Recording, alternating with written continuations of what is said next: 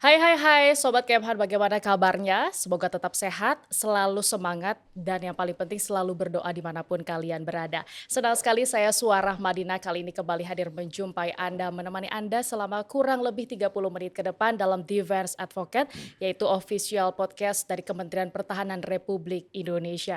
Seperti biasa kita akan selalu menghadirkan ngobrol-ngobrol santai bersama dengan narasumber yang berkompeten di bidangnya, tentu dengan tema yang begitu menarik juga. Dan seperti kali ini saya langsung saja akan perkenalkan narasumber yang sudah menyempatkan waktunya di kala kesibukannya, yaitu sudah ada Majen TNI Dadang Hendra Yuda selaku Direktur Jenderal Potensi Pertahanan Ditjen Pothan Kementerian Pertahanan Republik Indonesia. Assalamualaikum, ini bagaimana kabarnya Pak Waalaikumsalam Jenderal? warahmatullahi wabarakatuh. Baik, Baik, terima kasih ya Pak, sehat. sehat ya Pak. Ini senang sekali, suatu kehormatan sekali, yang paling penting adalah saya berada di gedung Pothan yang paling eksklusif nampaknya untuk bisa ngobrol-ngobrol santai. Mungkin Pak Danang, sebelum kita membahas lebih lanjut terkait dengan Indo Defense, yaitu pameran terbesar internasional untuk pertahanan, untuk industri pertahanan kita di Republik Indonesia ini, kita akan membahas terlebih dahulu.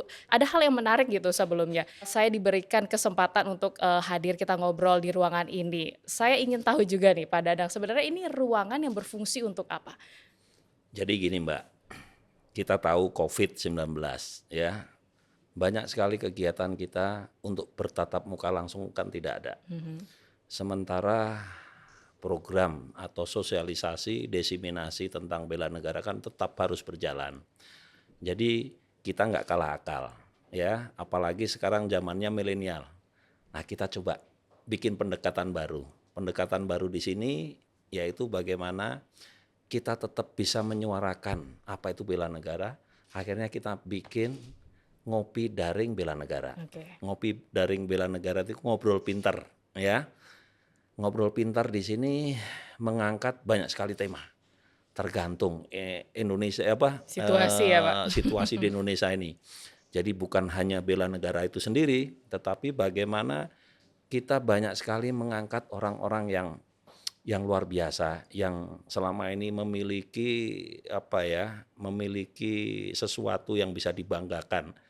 Kalau saya boleh bilang, bela negara itu bukan hanya ngangkat senjata, bukan. Bela negara adalah bagi orang-orang yang banyak karya. Baik. Ya, bukan banyak gaya. Artinya apapun lah. Kalau itu adik-adik mulai dari PAUD, SD, SMP, SMA sampai mahasiswa yang paling tinggi, bagaimana cara berbela negara? Ya menjadi siswa yang baik, Baik. mengikuti aturan-aturan yang baik. Nah terus bagaimana? Yang lain, masyarakat, petani-petani yang baik, itu bela negara Mbak. Polisi-polisi yang baik, tentara-tentara yang baik, pegawai negeri yang baik, melakukan tindakan untuk membesarkan negara kesatuan Republik Indonesia Baik. ini. Nah, Itulah arti bela negara. baik, arti bela negara yang begitu banyak ya Pak, yang paling penting adalah mensosialisasikan apa yang memang ada di Kementerian Pertahanan Republik Indonesia. Dan ini sebelum kita juga menelisik Indo Defense, penyelenggaraan pameran yang begitu besar nantinya yang akan sama-sama kita saksikan seperti itu, saya ingin tanya dulu mungkin perjalanan karir dari seorang Majen TNI Dadang Hendra Yuda. Ini tentu suatu hal yang penuh perjuangan, penuh rasa membela negara tentunya, sehingga saat ini berada menjadi Direktur Jenderal Potensi Pertahanan. Boleh diceritakan Pak kepada Sobat Kemhan? Jadi saya sebenarnya lulus dari Akademi Militer itu tahun 88. Jadi tinggal hanya berapa bulan lagi.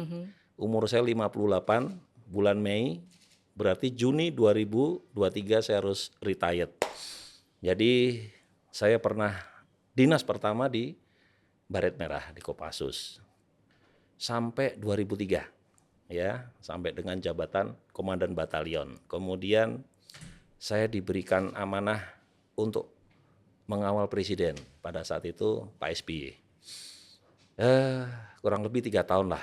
Kemudian saya pindah menjadi Komandan Kodim di Pacitan, Komandan Kodim di Bojonegoro, kemudian Kepala Staf Brigade di Kediri. Jadi saya pernah berdinas di teritorial, khususnya di Kodam 5 Brawijaya. 2011 saya pindah ke Badan Nasional Penanggulangan Terorisme. Cukup lama. Di sana saya berganti jabatan 3 kali, ya. Kasubdit 2 kali, kemudian Kepala Biro Umum, ya. Ya kita tahulah Badan Nasional Penanggulangan Terorisme ini kalau boleh saya bilang adalah miniaturnya bangsa Indonesia. Kenapa? Karena isinya adalah dari seluruh kementerian. TNI ada, TNI di sini ada darat, udara, laut, ada polisi. Kemudian PNS itu dari Kejaksaan ada, dari Kementerian Luar Negeri ada, Kementerian Keuangan ada, ya. Jadi banyak sekali. Intinya miniatur. Kita ini kayak miniatur Indonesia lah. Bagaimana Yang meng-create kita gitu ya, Pak? bersama-sama, ya toh, Indonesia itu bebas dari paham terorisme ini, Baik. ya, kekerasan. Kemudian 2020 saya diberikan amanah kepercayaan untuk menjadi Direktur Jenderal Potensi Pertahanan, tepatnya tanggal 1 Oktober 2020. Jadi ini sudah cukup lama ini. Dan selama 2 tahun ini saya berkesempatan juga melahirkan 2 gelombang komponen cadangan.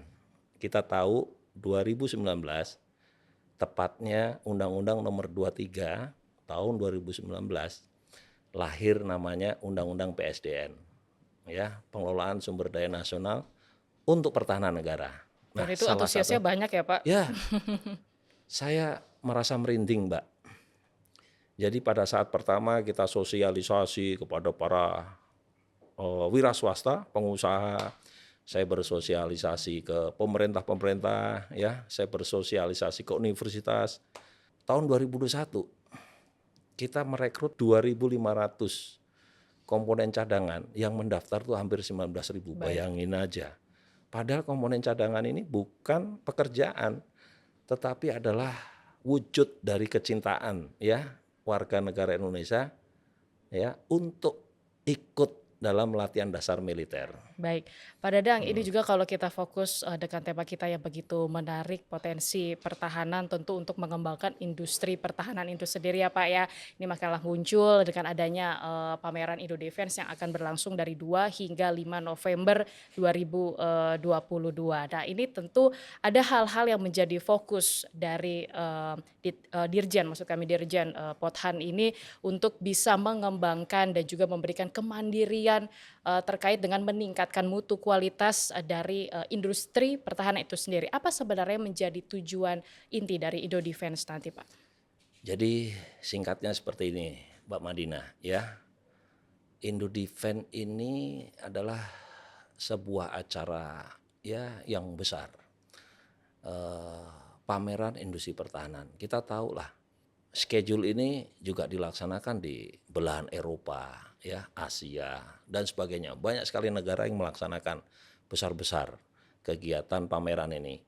Nah, Indonesia kita harus bangga karena dari sekian banyak, ya, jadwal atau schedule yang sudah dibuat kaitannya dengan pameran industri pertahanan itu, Indonesia juga harusnya ini dilaksanakan di tahun 2020 karena Covid sehingga diundur.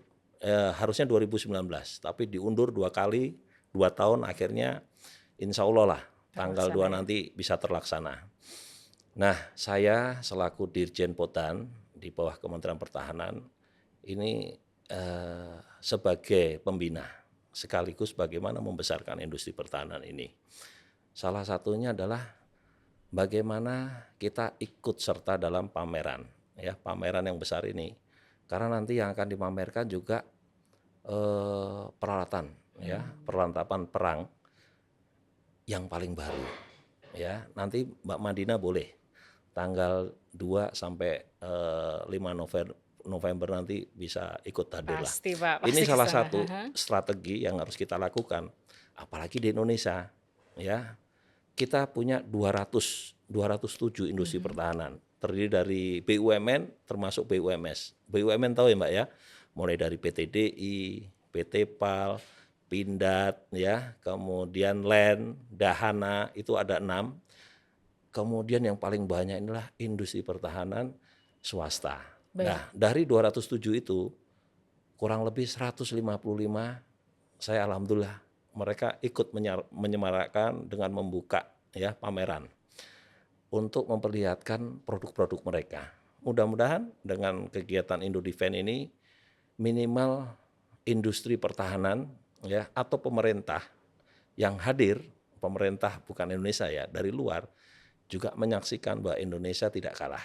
Baik, tidak mau kalah dengan negara lain Ya, gitu ya ini Pak. kesempatan kita untuk Apalagi berjualan diri, memperkenalkan diri. Ini loh saya Indonesia, perusahaan saya banyak ya, perusahaan yang bergerak di industri pertahanan ini mulai dari perlengkapan, kemudian kendaraan rantis, taktis ya, kapal dan sebagainya dan sebagainya. baik, ini semakin penasaran ya Pak Ya. ya. Nah ini juga tentu tidak hanya dilaksanakan di satu tempat gitu ya, karena memang kita memiliki potensi untuk banyak sekali fasilitas atau tempat-tempat yang memungkinkan untuk penyelenggaraan Indodefense ini. Lalu produk apa saja Pak yang mungkin nantinya akan dipamerkan di sana dan juga ini kalau tidak salah ada 3 lokasi ya Pak yang akan digunakan untuk pameran tersebut?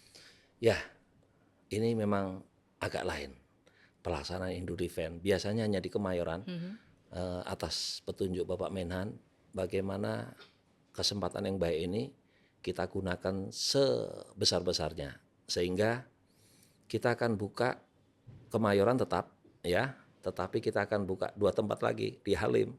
Ini akan memperlihatkan mudah-mudahan banyak negara yang berpartisipasi kayak Rafale ya, kemudian dari Lockheed Martin ya. Terus kemudian di Pondok Dayung. Ya, masyarakat yang mau lihat monggo silakan ya. Apalagi kalau Bagaimana yang tinggalnya kemajuan? dekat Ya, situ ya Pak ya? silakan jangan yang deket, yang jauh Yang jauh juga juga harus boleh. usaha, Ya, betul. ke Pondok Dayung lihat bagaimana kemampuan industri pertahanan dalam membangun kapal ya. Kapalnya macam-macam. Kemudian di Halim juga sama. Kita akan pamerkan produk-produk ya dalam negeri termasuk produk dalam luar negeri. Sementara di Kemayoran dari 900 perusahaan ya target kita ini sudah melebihi kapasitas. Wow, jadi berapa sekarang Pak update-nya? Sudah melebihi. Jadi ada 3, lebihnya 3. Ini luar biasa ini target kita ini. Kemudian ruangan atau space yang kita siapkan ini sudah melebihi indoor. Indoor mungkin hampir sama, 20.000 meter square. Ini sudah 19.500-an. Tetapi yang outdoor yang kita siapkan hanya 8.000 meter square ini sudah mencapai 19.000. Artinya sudah begitu banyak partisipasi rekan-rekan kita baik industri pertahanan yang dari dalam negeri termasuk dari luar negeri. Itu terbukti itu tadi. Jadi jumlah 900 ini sudah melebihi yang kita inginkan. Kira-kira itu. Yang Baik. pavilion, target kita dari 61, ini sudah kurang 4 lagi pavilion. Jadi nanti luar biasa. Jadi kita berharap masyarakat Indonesia ya, rakyat Indonesia yang ya menginginkan bagaimana sih kemajuan industri pertahanan dan tentunya tadi perlengkapan tadi itu yang akan dipamerkan adalah perlengkapan terbaru ya, persenjataan terbaru. Mungkin Ini contohnya bisa dikasih bocoran sedikit Pak? ya macam itu tadi ya, ada fighter, ada kapal perangnya, kemudian senjata-senjata sekarang ya, macam-macam lah, macam-macam. Drone ada ya, luar biasa pokoknya. Baik, Silakan aja nanti tunjukkan. Saya nggak perlu bocorkan, tapi saya yakin lah. yang penting datang Ya, gitu ya ya Pak? datang ya lihat sehingga kita juga harus bangga dari 207 industri pertahanan kita, 155 ikut berpartisipasi. Ini kan luar biasa. Ini jumlah yang sangat luar biasa. Baik, sebenarnya ada batasan tersendiri nggak sih Pak untuk para pengunjung melihat peserta ini begitu banyak gitu partisipan dan memang apalagi melihat lokasi yang ada 3 tempat berarti memungkinkan sekali ya Pak untuk pengunjung boleh berbondong-bondong gitu Boleh, ya? silakan ya, silakan. Bapak Menteri Pertahanan justru menghimbau bukan hanya ekshibitor saja, ya kemudian dari undang-undangan resmi, memang ada undangan resmi dari pejabat-pejabat kementerian, ya kemudian pejabat-pejabat eselon 1, eselon 2 yang begitu banyak ini, itu kita atur sedemikian rupa. Tetapi mudah-mudahan ya hari kedua atau mulai hari kedua ini sudah dibuka untuk umum. Mungkin jamnya setelah makan siang ya. Kita akan urut. Oh, jadi ada Nanti waktu-waktu akan ya, tertentu ya? nanti kita akan apa? Kita akan berikan jadwalnya sehingga masyarakat bisa mengakses kira-kira kapan bisa berkunjung, kemudian melihat ya bagaimana kemajuan alat pertahanan ini seluruh dunia. Berarti bisa dikatakan masyarakat ini bisa melihat mungkin website atau Ya, menghubungi ya, telepon gitu ya Pak, atau boleh, bisa boleh, datang boleh langsung ya. ya? Baik. Jadi kita juga berpikiran sama bagaimana masyarakat mendapatkan informasi sebanyak mungkin ya melalui macam-macam lah ya, sosial media, media sosial itu kita akan blast sehingga masyarakat tahu, oh kira-kira saya bisa melihat ke sana kapan gitu loh ya. Dan ini jarang, jarang terjadi. Ini momen yang sangat bagus. Jadi saya Yang sempat berharap terhenti juga masyarakat ya ya, kemarin? ya masyarakat sempat terhenti 2 tahun karena COVID. Ini kesempatan kita ya. Saya lihat partisipasi dari negara-negara yang mempunyai industri pertahanan yang begitu maju, mereka juga datang ke sini ya dan nggak tanggung-tanggung. Seperti negara Turki itu sampai ribuan square meter untuk memperlihatkan ya bahwa mereka punya kemampuan. Belum negara-negara yang lain. Ini sangat luar biasa. Baik, nah ini yang paling penting juga tentu Kemhan tidak bekerja sendiri, juga ada kerjasama ya Pak ya dengan pihak-pihak terkait. Tapi Pak, ini yang perlu menjadi catatan juga adalah tantangan nih. Pasti ada tantangan selaku pelaku industri pertahanan untuk bisa membuat acara ini menjadi spektakuler gitu ya, bukan menjadi lebih baik lagi tapi spektakuler. Apalagi dengan para pengunjung yang nanti kemungkinan besar itu akan banyak sekali untuk kepo lah gitu ya, atau ingin tahu gitu, rasa ingin tahu mereka tentang industri pertahanan yang memang sudah mulai berkembang saat ini. Nah ini tentu apa yang menjadi tantangan dari Dirjen Porhan sendiri untuk bisa apa ya, setidaknya mengawasi juga dengan pelaksanaan Indodefense nanti? Saya selaku ketua panitia Mbak, kita juga bukan bekerja sendiri, tetapi kita melibatkan banyak pihak ya. Bagaimana kita menyiapkan pameran yang sebesar ini yang diikuti begitu banyak negara ya, kemudian akan memamerkan kemajuan ya persenjataan saat ini. Kita sudah membuat sebuah panitia yang cukup besar melibatkan hampir seluruh instansi lah ya, karena kita sadar kita nggak bisa bekerja sendiri ya. Kementerian Pertahanan di sini akan mengajak seluruh stakeholder terkait di sini untuk masuk dalam kepanitiaan. Ya mudah-mudahan dengan panitia yang saya pikir sudah kita bentuk sedemikian rupa dan persiapannya ini bukan hanya 1-2 bulan Mbak, tetapi kita sudah mulai jauh-jauh hari ini. Mulai saya paparan pertama kepada Menteri Pertahanan itu 6 bulan yang lalu. Ya, 6 bulan yang lalu. Ya, ini kira-kira konsepnya dan sebagainya akhirnya dapat petunjuk. Ini momen yang bagus, kita bikin 3 tempat. Akhirnya kita laksanakan ya. Pokoknya percaya Mbak ya, sebaik mungkin sebaik mungkin ya kita panitia meng-create ya, kemudian merencanakan dengan baik sehingga teman-teman kita, saudara-saudara kita khususnya dari luar, mereka juga nyaman ya datang ke sini dengan pelayanan yang bagus, termasuk head delegation yang kita undang, yang hadir di sini juga bagaimana senyaman mungkin sehingga mereka akan selalu kangen bahwa Indonesia itu begitu ramah. Kira-kira Baik, seperti itu yang itu. paling penting kalau mereka datang ke sini ya Pak Ya, ya. Nah ini juga Pak yang paling penting mungkin harus kita bahas gitu terkait dengan pengamanan ya Pak. Kalau boleh tahu ini kalau kita melihat potensi 3 tempat ini juga pasti sudah dari proses 6 bulan lalu ya Pak ya menjadi pertimbangan gitu untuk bisa kenapa ditempatkan di Kemayoran tetap, terus Halim dan juga di pelabuhan gitu Pondok Gayung ya Pak ya. Nah ini untuk mengantisipasi adanya misalnya kemacetan itu tentu menjadi pembahasan juga ya Pak ya, dan juga pengamanan yang dilakukan. Sejauh ini seperti apa rencana ke depannya Pak? ya tadi Mbak, seperti tadi saya sampaikan. Jadi Kementerian Pertahanan tidak bekerja sendiri ya. Kita tunjuk EO ya yang memang expert di bidang ini, kemudian kita ajak stakeholder terkait ya untuk menyiapkan. Saya juga sudah siapkan salah satu strategi saya adalah komandan komplek. Komandan komplek ini berpangkat bintang 1, ya, di mana mereka ini bertanggung jawab dari seluruh kegiatan yang akan dilaksanakan di sana. Kunjungan VIP, VVIP, bagaimana penanganannya, bagaimana pengamanannya, ya. Masalah lalu lintas kita berkoordinasi juga dengan rekan-rekan kita yang berbaju coklat, ya. Betul. Jadi masalah rolakir ini kadang-kadang memang menjadi pusing kita. Tempat parkir dan sebagainya, insya Allah lah kita sudah atur. Halim juga kita tempatkan bintang 1, bagaimana dia bisa meng-create semua kegiatan sehingga semuanya lancar. Masyarakat yang hadir juga merasa nyaman, ya. Kemudian tamu-tamu VIP juga merasa nyaman, mereka bisa melihat, ya, bisa merasakan, ya. Kemudian ya syukur-syukur nanti terjadi sebuah bisnis lah, G2G Kerjasama atau juga, betul. B2B dan sebagainya, sehingga mudah-mudahan ya produk-produk kita juga dilirik lah dari negara-negara yang lain. Karena saya melihat head delegation-nya yang hadir setingkat menteri cukup banyak, ya. Kemudian Panglima TNI setingkat Panglima TNI, Kepala Staf, Wakil Menteri, termasuk Sekjen, termasuk perwakilan dari mereka. Jadi sudah banyak sekali target-target yang sudah kita buat.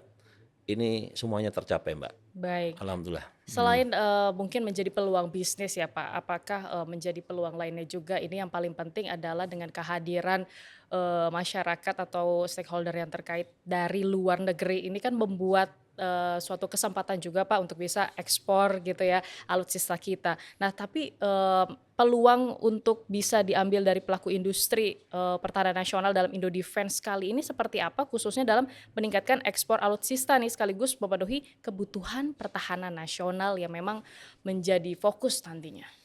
Jadi memang kalau kita melihat seperti itu, Mbak, ini salah satu strategi juga, ya.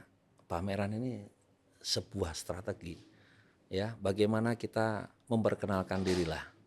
Jangan kita berdiam diri saja. Orang tidak akan tahu. Ya ini adalah sebuah langkah yang luar biasa. Tentunya kita juga berharap, ya, baik BUMN maupun BUMS di sini ke dalam juga harus menyiapkan, contohnya SDM yang unggul, ya Mbak ya. SDM yang unggulnya harus dipersiapkan. Kalau kita mau pengen menjadi industri pertahanan yang bisa bersaing, ya, kemudian teknologi yang unggul, ya, bagaimana transfer of teknologi. Kalau kita sudah punya SDM yang unggul dalam artian bagaimana dia bisa mengembangkan litbangnya dan sebagainya. Kemudian yang kedua, teknologinya dia bisa kuasai, dan yang paling penting adalah pendanaan yang sehat ini. Itu Oke. yang pertama, ya. Kemudian yang lainnya juga kita punya undang-undang tentang industri pertahanan. Nah, apalagi sekarang sudah lahir Undang-Undang Cipta Kerja di mana swasta itu diperbolehkan, Mbak. Perbolehkan masuk tier 1. Tier 1 ini biasanya yang milikin adalah BUMN. Kalau ini memang bisa, ini adalah sebuah peluang bisnis. Karena kita jangan berpikirnya gini loh. Jangan berpikirnya bahwa industri pertahanan itu yang khususnya di Indonesia itu hanya untuk TNI, untuk Polri, ya, atau untuk kementerian terkait. Mereka juga harus sudah berpikiran jauh ke depan. Bagaimana mereka bisa membangun sebuah ekosistem. Ekosistem ini karena kita lihatlah hampir semua produk di luar negeri ini bukan miliknya satu negara. Iya. Mereka akan berkolaborasi. Benar kan? Berkolaborasi. Kita juga sama, industri pertahanan ini membuat sebuah platform, nggak bisa dong kita sendiri. Tetapi kita bisa berkolaborasi dengan, Mutualisme gitu ya Pak ya. sudah tidak ada Betul. batasan lagi. Ya, sudah tidak ada batas negara ini harus begini, enggak. Ya kita mendorong bagaimana industri pertahanan kita ini membangun sebuah ekosistem di dalam negeri. Ya, syukur-syukur bisa bekerja sama dengan luar negeri sehingga setiap produk yang dibuat Indonesia selalu ada. Karena memang kita mampu, Mbak. Ya, contohnya membuat sebuah komponen senjata. Kita banyak industri swasta yang bisa membuat komponen senjata itu. Buat kapal, kita bisa, ya, membuat senjata, bisa. Membuat yang lain-lain biasa. Saya sebagai pembinaan di sini merasa bangga. Ya mudah-mudahan dengan lahirnya Undang-Undang Cipta Kerja ini mendorong investor untuk bekerja sama. mereka juga bisa datang membangun pabrik di sini, berkolaborasi dengan kita. Yang penting 5149 ya toh, tetap mayoritas tetap kita, Siap. kira-kira seperti itu. Baik, nah ini juga, tadi ada beberapa hal yaitu SDM, terus juga teknologi dan anggaran yang mungkin nantinya itu menjadi perhatian khusus juga ya Iya Pak ya iya untuk ke iya. depannya gitu kan. Ya, kalau kita membangun sebuah industri yang bagus ya seperti itu, kita nggak boleh ya, manusianya harus disiapkan, Mbak. Baik, Pak Dadang ini juga terkait dengan peluang, pemanfaatan, momen gitu ya pada saat Indo Defense yang diselenggarakan tahun ini, 2 tahun sekali gitu ya Pak ya. Tentu ini kalau kita melihat konflik yang terjadi misalnya di, Rusia Ukraina terus juga semenanjung Korea, China dan, Taiwan, ini kan ikut mengganggu atau tidak nih? Dan apakah berpengaruh terhadap penyelenggaraan Indo Defense Expo nanti? Karena ini kan kita lihat, peluang dari, masyarakat luar juga begitu antusias Pak nampaknya. Ya, kita hidup ini nggak bisa ya, Mbak. Pasti semuanya berpengaruh ya. Ukraina, Rusia ya, pasti sudah ada pembicaraan tingkat tinggi. Tetapi khusus untuk Indo Defense ini kita sudah berusaha lah berkomunikasi dengan pihak-pihak dan sudah kita antisipasi. Sampai saat ini saya pikir semuanya sesuai dengan rencana kita. Mungkin ada beberapa negara yang tidak bisa hadir dengan alasan tertentu ya monggo silahkan ya. Tetapi yang jelas keikutsertaan negara-negara yang hadir di sini, saya pikir sudah mewakili seluruh dunia lah. Ya. Ya, ada negara superpower, ada negara yang setengah berkembang dan sebagainya. Mereka hadir dan berpartisipasi datang ke sini. Ya, dan semuanya sudah kita antisipasi lah, kira-kira seperti itu. Seperti Ukraina nggak bisa hadir ya mungkin dengan alasan tertentu ya. Tapi Rusia hadir ya, Rusia hadir. Saya pikir nggak ada masalah Mbak. Dan mudah-mudahan kegiatan Indo Defense ini bisa berjalan sesuai yang sudah kita rencanakan. Pak, apakah ada kemungkinan juga nih nantinya akan melakukan pembelian untuk alutsista di sana? Ya, ini sebuah pameran Mbak. Saya lihat ada undangan juga khusus untuk head delegation ya.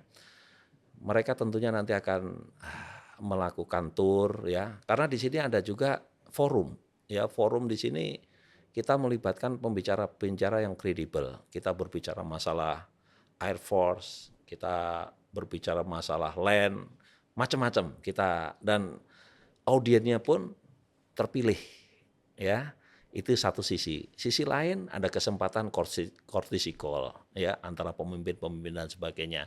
Kita berharap bahwa selama kegiatan 5 hari ini terjadilah transaksi, entah itu berupa kerjasama ya ataupun pembelian alutsista dari negara satu ke negara lain, antara G2G atau B2B. Kita berharap seperti itu dan biasanya itu terjadi. Baik, biasanya itu terjadi ya Pak ya. Mudah-mudahan yang paling penting adalah demi Indonesia juga Ya, kan, itu ya, pengembangan ya, industri ya, ya, pertahanan ya, gitu. ya. Tapi Pak, apa yang menjadi, target Kementerian Pertahanan, Republik Indonesia untuk bisa selain Indo Defense ini berjalan dengan baik, yang paling penting dipikirkan adalah, setelahnya ya Pak ya. Tentu ada, target tersendiri yang nantinya akan, menjadi fokus juga untuk selanjutnya. Saya pikir bagus Mbak ya. Pameran itu bukan sekedar kita memamerkan aja, tetapi inilah kesempatan kita. Waktu kita terbatas, kita bisa melihatlah kira-kira senjata-senjata mana yang kita butuhkan. Ya, tentunya kita sesuaikan dengan rencana jangka panjang kita, termasuk dana yang ada, sehingga Kementerian Pertahanan terus bukan aja, oh saya pengen ini. Nggak mungkin Ya, semuanya nggak ya Pak mungkin ya. semuanya. Tetapi kan kita akan membeli senjata di mana itu kembali menjadi investasi kita. Yap. Ya, investasi. Artinya apa? Setiap pembelian persenjataan yang berteknologi tinggi, kita selalu libatkan industri pertahanan dalam negeri. Ini kaitannya dengan offset, ya, transfer of teknologi. Itu untuk jangka panjang, Mbak. Ya, umpamanya kita beli pesawat, itu ada hitung-hitungannya, ya, ada hitung-hitungannya itu, Mbak.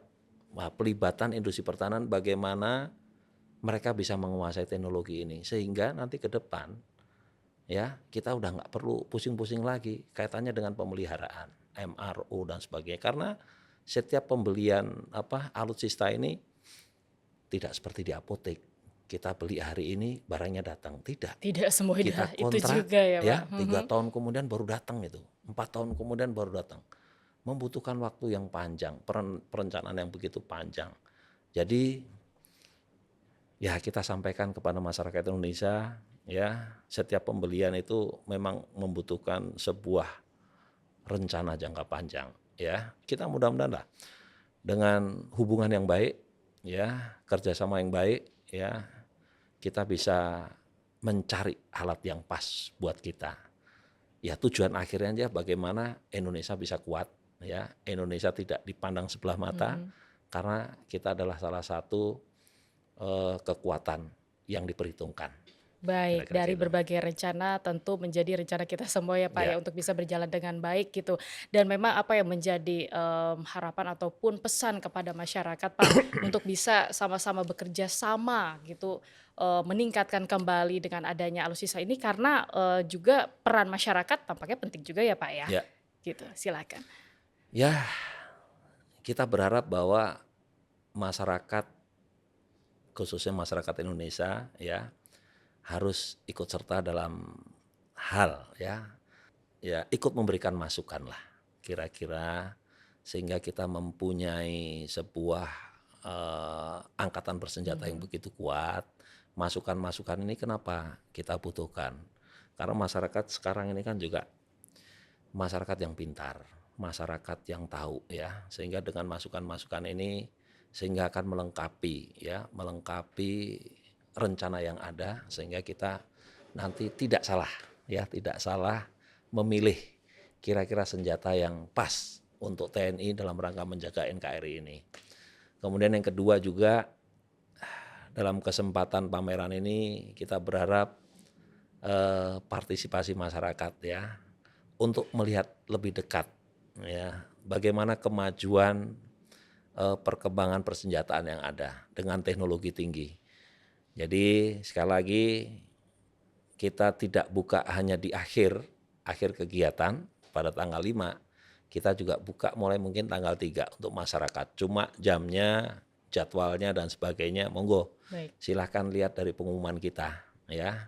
Dengan melihat pengumuman ya kira-kira kapan masyarakat bisa visit langsung entah itu di Kemayoran, di Halim Perdana Kusuma, termasuk di Pondok Dayung ini sehingga masyarakat tahulah bahwa alutsista ini sudah begitu maju. Free entry Pak? Ya, Free entry? wah saya kurang tahu Oh, saya kurang nanti tahu. Oke, nanti bisa nanti akan diupdate ya. diatur ya. Baik, itu yang paling penting soalnya Ya. kadang-kadang. Oke, terima kasih Pak Dadang. Yang paling penting juga segera datang, kunjungi langsung untuk melihat pameran terbesar internasional ya Pak ya yang dihadirkan dari Kementerian Pertahanan Republik Indonesia dalam Indo Defense yang berlangsung dari tanggal 2 hingga 5 November 2022 di 3 lokasi langsung di Kemayoran, di Halim Perdana Kusuma dan juga di Pondok Gayung. Tentu ini menjadi momen yang paling penting untuk kita bisa melihat seberapa besar tentunya antusias masyarakat nantinya dan yang paling penting juga demi membanggakan Indonesia untuk go internasional. Terima kasih Direktur Jenderal Potensi Pertahanan Kementerian Pertahanan Republik Indonesia Maijen TNI Dadang Hendra Yuda yang sudah menyempatkan waktunya dan juga diberi kesempatan nih Defense Advocate hadir di ruangan santai ini ya Pak ya. Ya. Nanti kita akan ngobrol-ngobrol santai Ya. lagi setelah ini. Namun informasi tadi sekaligus mengakhiri perjumpaan kita dalam Defense Advocate kali ini official podcast Kementerian Pertahanan Republik Indonesia. Saatnya saya Suara Madina undur diri. Terima kasih atas kebersamaan Anda. Jangan lupa like, subscribe dan juga bisa komen untuk pembahasan kita kali ini. Sampai jumpa.